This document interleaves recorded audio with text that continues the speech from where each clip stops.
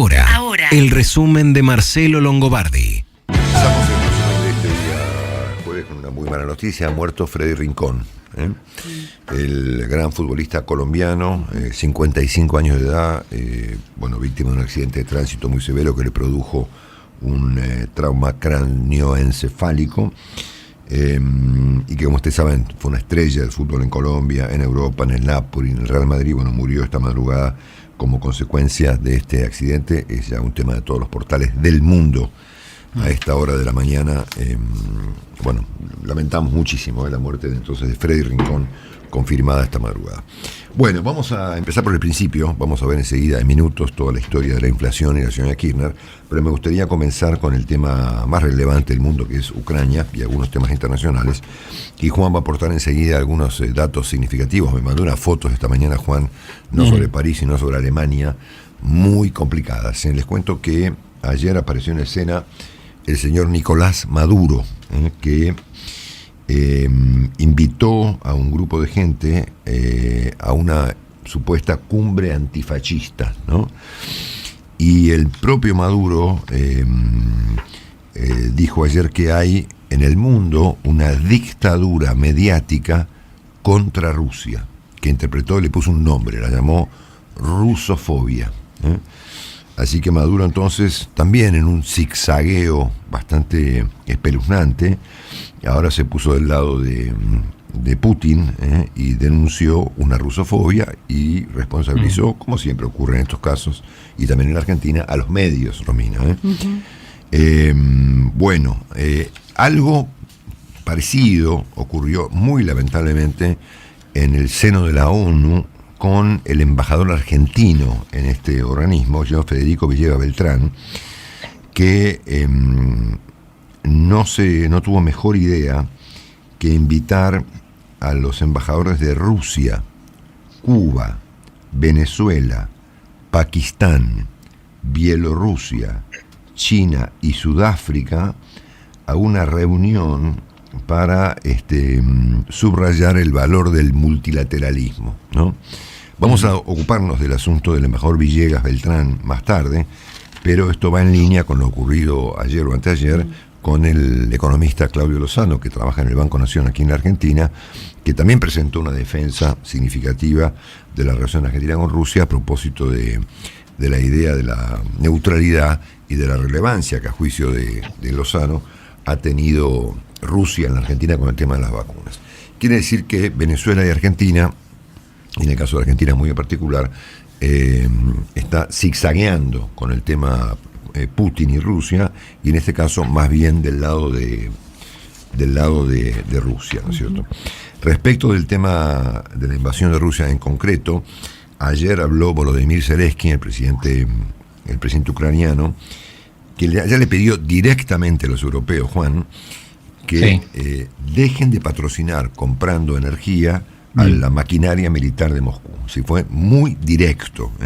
En lo que yo entiendo es un mensaje a una Alemania de la cual Juan nos va a revelar algunos datos en 2 o 3 minutos más. Al mismo tiempo, Zelensky denunció una cosa muy grave, que es deportaciones forzosas de menores, ¿no? El argumento ruso es que se llevan los menores porque los menores se quedan sin padres, entonces les dan refugio en territorio ruso, pero ciertamente habría unos 130.000 menores de edad que fueron forzosamente deportados a territorio ruso, un tema muy grave. Ayer ocurrió un episodio importante cuando, a instancias de Estados Unidos, los americanos y los europeos aprobaron un paquete de ayuda militar a Ucrania muy importante, en materia de cantidad de plata y de cantidad de armas, digamos, más bien pesadas, ¿no? Sí. Y hay aquí, permítanme, algunos comentarios muy serios respecto de las cosas que se están probando en territorio ucraniano respecto al comportamiento de los rusos. Europa, por ejemplo, un organismo llamado la OSCE, que es la Organización de Seguridad y Cooperación de Europa, denunció ayer violaciones flagrantes a los derechos humanos por parte de las tropas rusas en Ucrania, muy graves, ¿no? Claro. Esto por un lado. Por el otro, ayer me tomé el trabajo de leer completo, son muchas páginas, no podemos hacerlo ahora acá, un trabajo que fue resumido por algunos diarios argentinos, firmado por una periodista del New York Times que se llama Carlota Gall, titulado Un mes de terror en Bucha. Esta señora Gall, yo creo que merece un Pulitzer por este trabajo, ¿no? Es alucinante las cosas que ellos, New York Times, han logrado probar con fotografías, con testimonios y con investigaciones, lo que está ocurriendo, lo que ha ocurrido en la ciudad de Bucha, en Ucrania. Tremendo. Al mismo tiempo, permítame contarles que ayer tuve el privilegio de escuchar en privado una presentación que hizo el doctor Nelson Castro en el seno de la Academia Nacional de Periodismo, que yo tengo el honor de integrar, y que frente a los miembros, Nelson ayer contó durante 1 hora 30 su experiencia en Ucrania, ¿no? Su experiencia como corresponsal enviado por el canal TN a Ucrania. No solamente, permítame contarles que fue una presentación absolutamente extraordinaria, con una solvencia de parte de Nelson Castro muy importante, sino que yo me quedé pensando, y se lo dije después a Nelson, que su trabajo, el de él y el de otros corresponsales argentinos que han estado en Ucrania, han honrado al periodismo argentino. Tanto él como los enviados de la Nación, como mi querido amigo Gonzalo Sánchez de Radio Mitre y demás, han hecho una tarea excepcional. Y el relato de Nelson, que pudimos escuchar ayer, los que lo escuchamos en privado, y que ojalá, no sé de qué manera la academia o él lo puedan hacer público algún día de estos, fue realmente algo excepcional, y que efectivamente yo me reconcilié mucho con mi profesión ayer después de escuchar la presentación de Nelson respecto de su experiencia como corresponsal argentino en Ucrania, hablando no solamente de cómo se hace una cobertura periodística de esa envergadura, sino contándonos muchos detalles sobre la situación en Ucrania.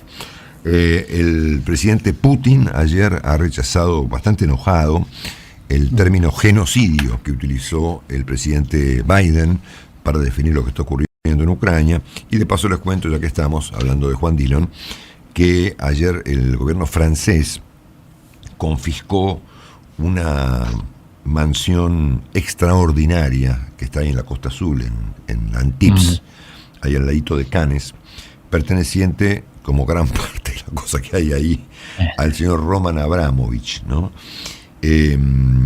Uno de los más visibles oligarcas rusos que dan vueltas por el mundo. Abramovich era dueño del Chelsea y de cientos de barcos y propiedades y demás.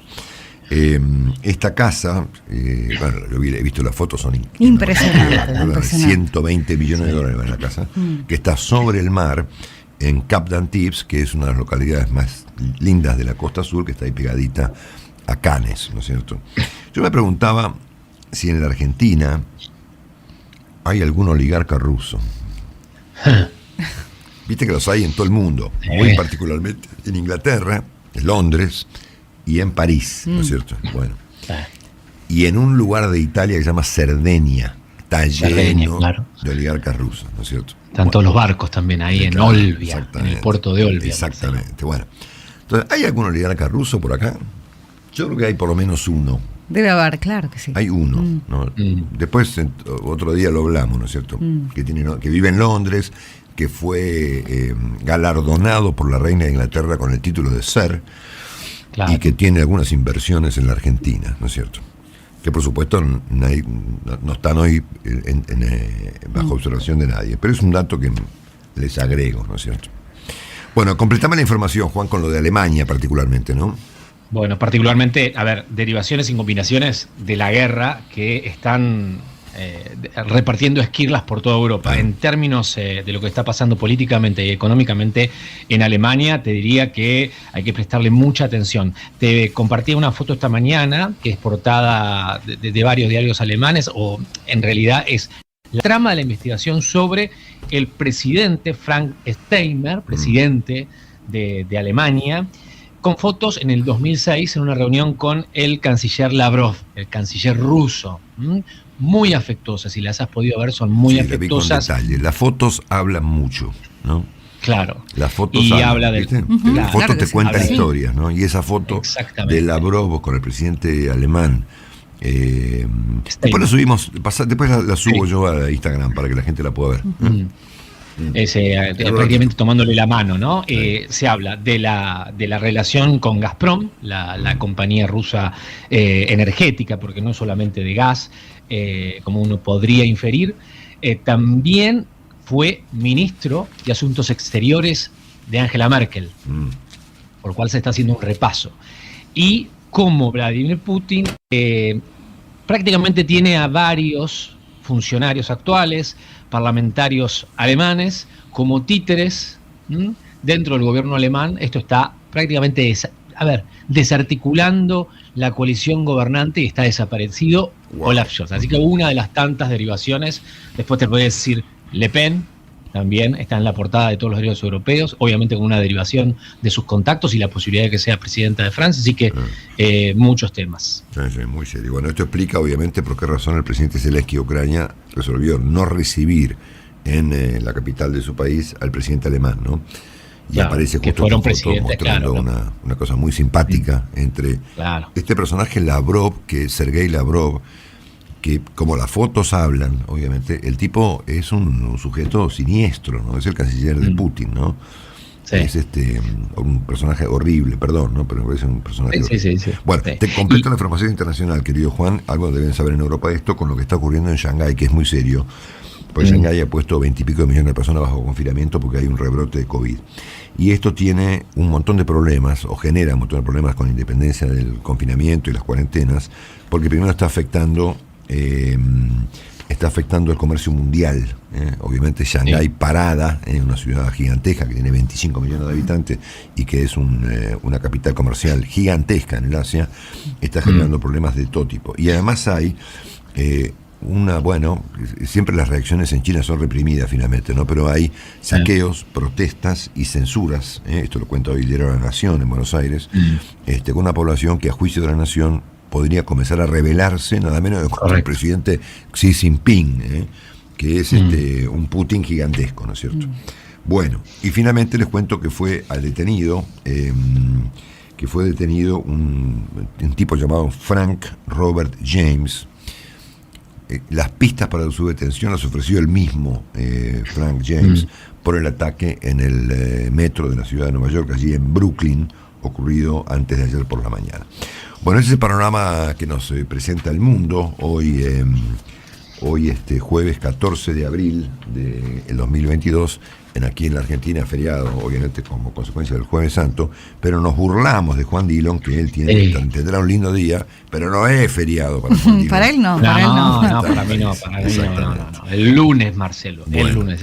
Repasamos primero nada los datos del tiempo en nuestra ciudad de Buenos Aires a las 6:23. Temperatura 11 grados, humedad 80%, cielo despejado y la máxima esperada es de 21 grados. Bueno, viste que uno siempre dice, como ustedes saben, ¿no? Para ser amable con la gente, y para que, porque además la gente lo sabe. Pues yo voy a decir, como ustedes ya sabían, ayer se conoció la tasa de inflación correspondiente al mes de marzo, que arrojó un espeluznante 6,7%, con agravantes. El primer agravante es que la inflación, en el caso de los alimentos, dio 7,2%, es decir, 0,5% más que el promedio de inflación general, ¿no? Y como ustedes bien saben, esto afecta particularmente a la clase más humilde de Argentina, porque las personas más humildes, que son la mayoría, son las personas que utilizan mayor cantidad de sus ingresos para comprar alimentos, ¿no? Se destina a eso. Obviamente que hay otra gente que destina menos porcentaje de sus ingresos a comprar alimentos. Pero las familias que, por ejemplo, ocupan el 80% de sus sueldos para comprar alimentos, ellos están mucho más complicados que el resto de los argentinos.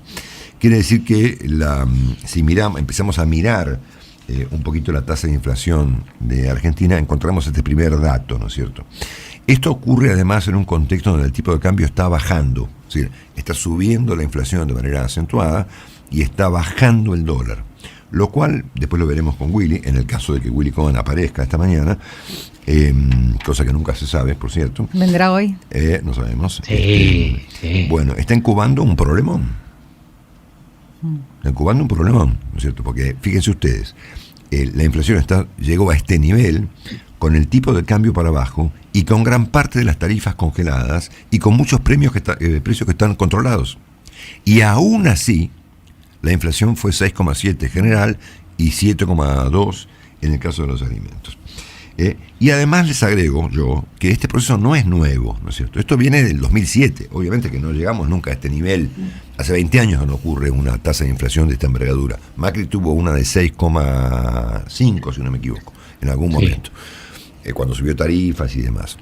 Pero, bueno, el dato, como ustedes ya sabían, y yo lo había anunciado el ministro Guzmán, o lo que queda del ministro Guzmán, fue 6,7%.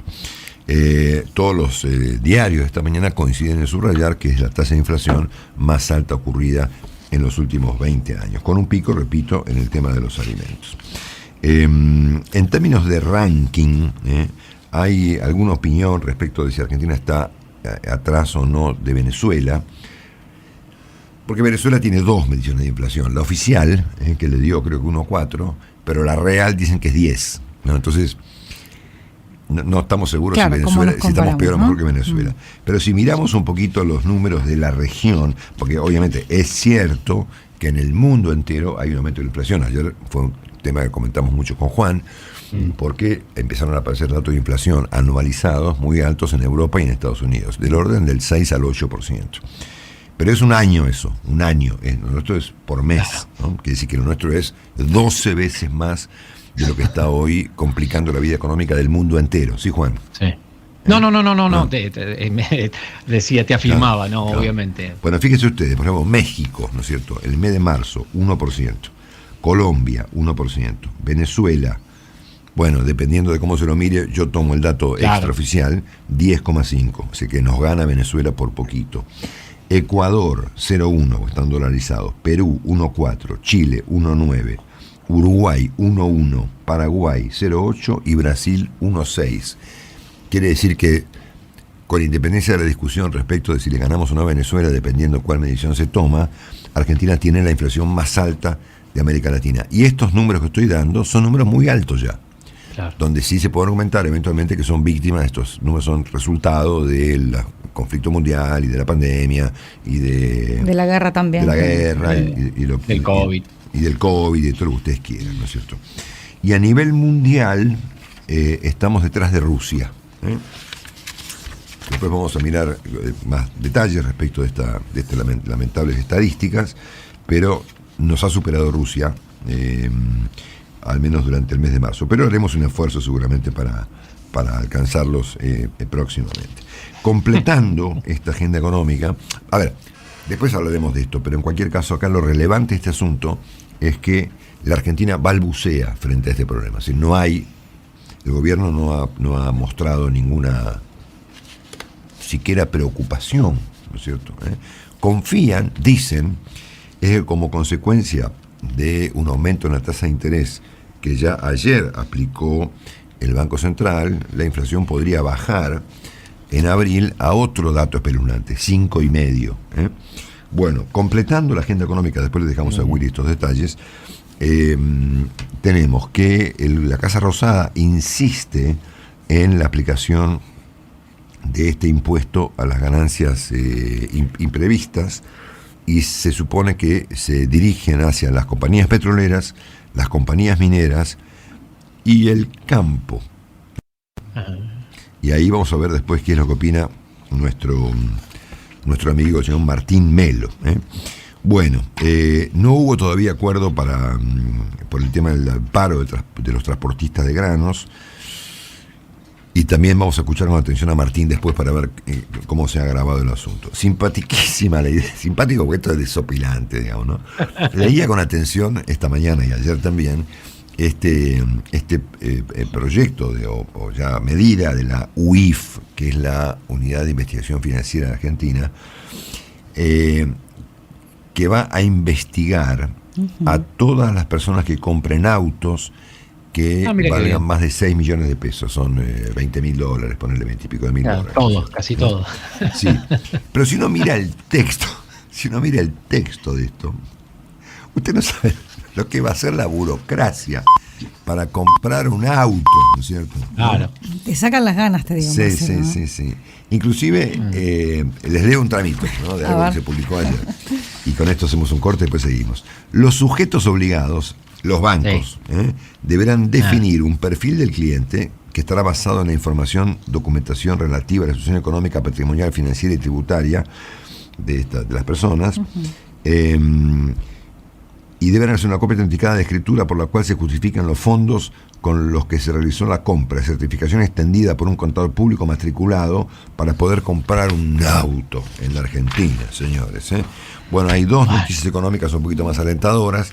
Una es que la compañía Pampa Energía anunció una inversión de 220 millones de dólares, no de pesos, en un gasoducto en Vaca Muerta, y la compañía Ford anunció un acuerdo para comprar una enorme cantidad de litio en la República Argentina, una compañía que está operando en la provincia de Catamarca. El resto, fuera de eso, un desastre total.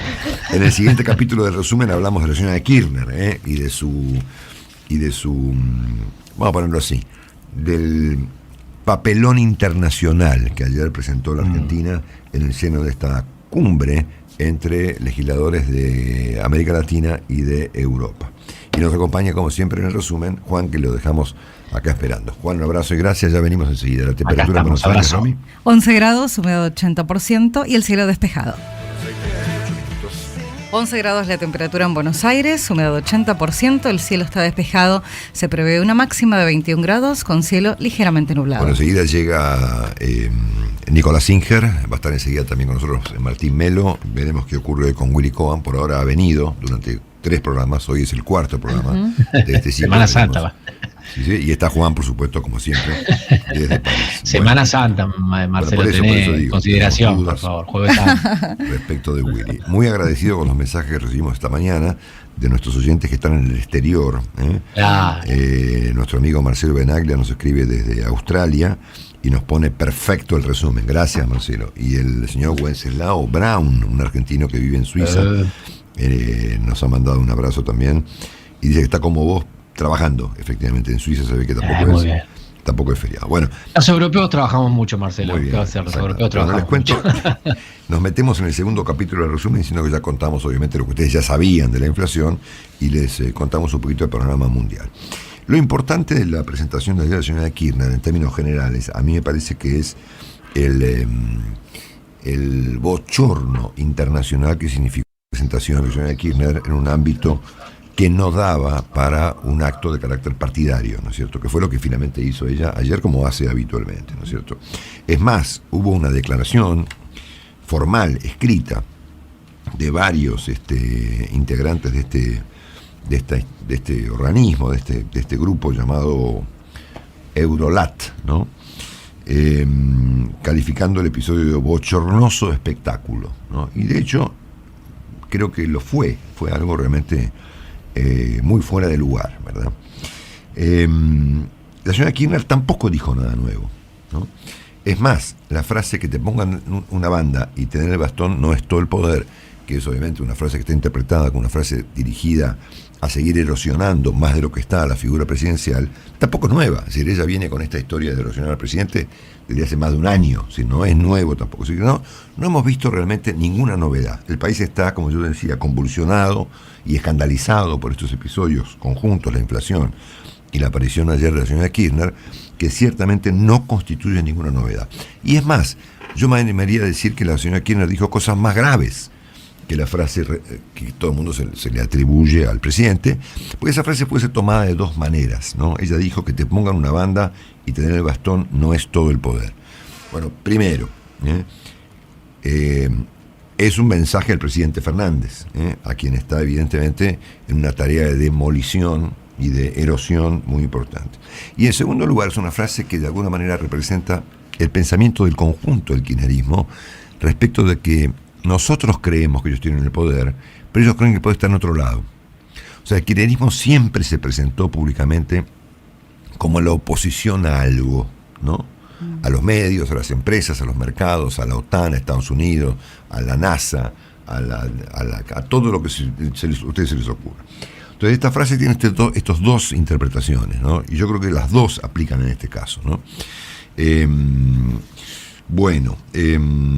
La señora Kirchner dijo otras cosas, que se las voy a repasar, porque obviamente esta frase es la que se ha ganado todo el espacio en los medios. Pero ella dijo, por ejemplo, que la pandemia ha trastocado vidas, gobiernos y al planeta entero, y acentuó trágicamente la desigualdad. Chocolate por la noticia. El mundo entero habla de esto hace prácticamente 3 años. Bueno, quien diga que el Estado no es importante es un necio o un cínico. Ninguna novedad.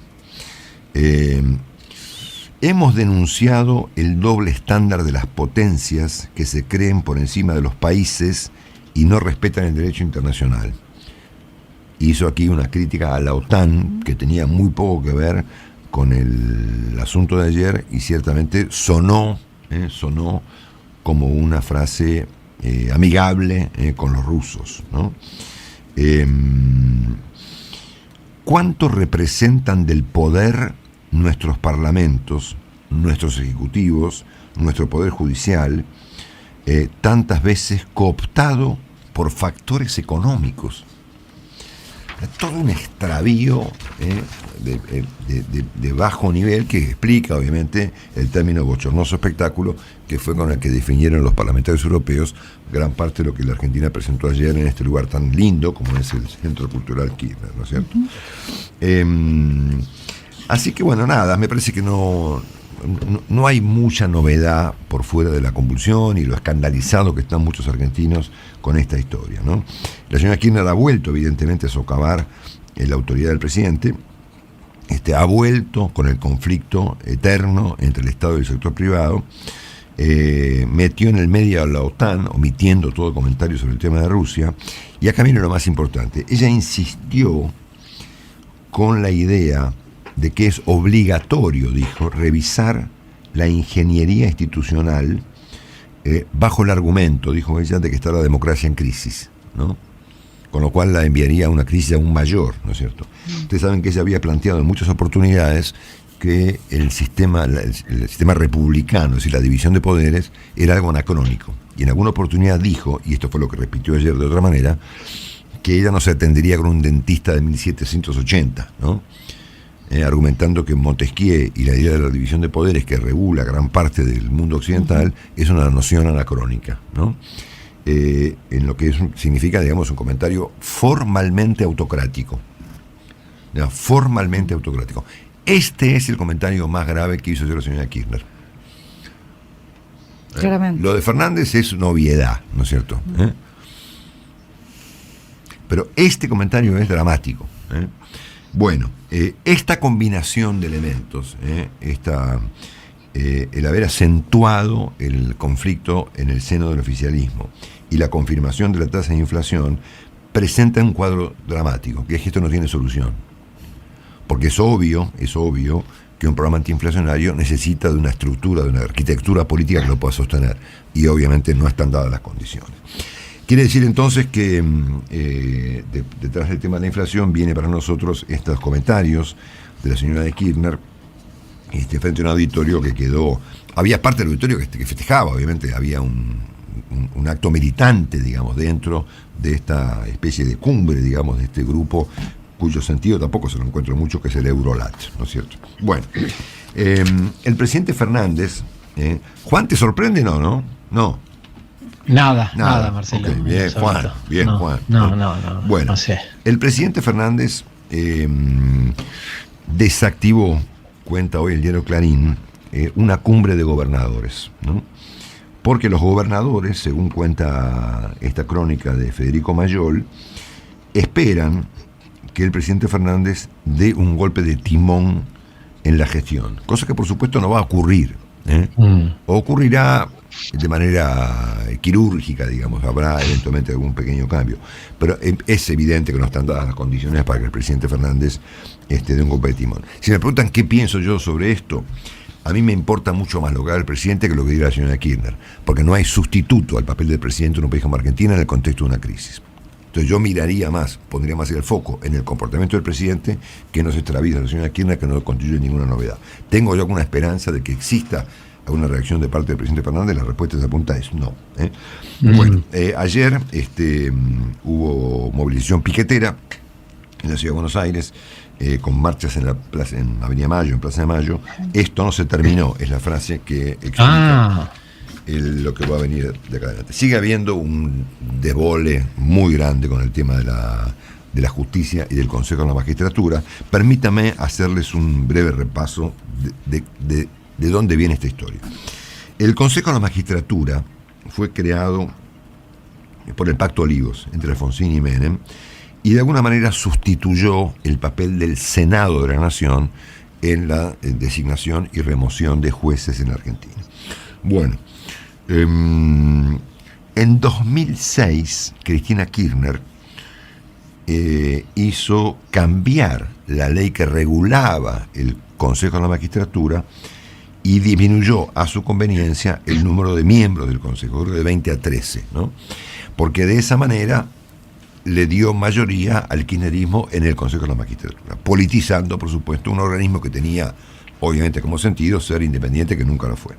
Bueno, luego el Colegio de Abogados de la Ciudad de Buenos Aires, y aquí jugó un papel importante el doctor Guillermo Lipera, a quien yo he entrevistado muchas veces, planteó que esa modificación que había impulsado la señora Kirchner en el Constitucional.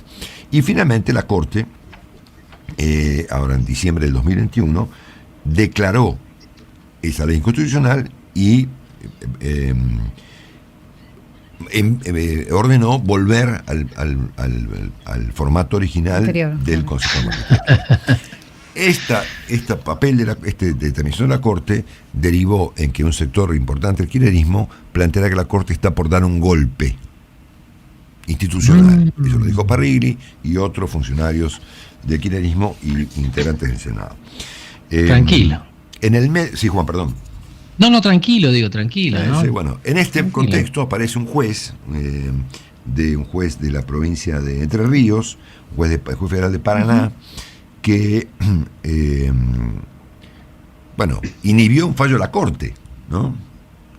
Bueno, y la Corte ahora se supone que va a tener que inhibir al fallo que inhibió a la propia Corte, ¿no es cierto? En este contexto no se pueden designar jueces, y me parece que el Consejo de la Magistratura se dirige a una parálisis, ¿no? Como todo lo en la Argentina, está todo paralizado. Bueno, ayer una protesta también, les agrego, hablando de temas judiciales, otra vez en Los Hornos, ahí en La Plata, contra el juez Ramos Padilla, que fue el juez que avaló una toma de terrenos, argumentando que había sido pacífica y hecha a la luz del día, ¿no es cierto? Y por último, les cuento una muy buena noticia que involucra al señor Guillermo Francella, cambiando de tema, pues el resumen trata de tocar todos los asuntos del día.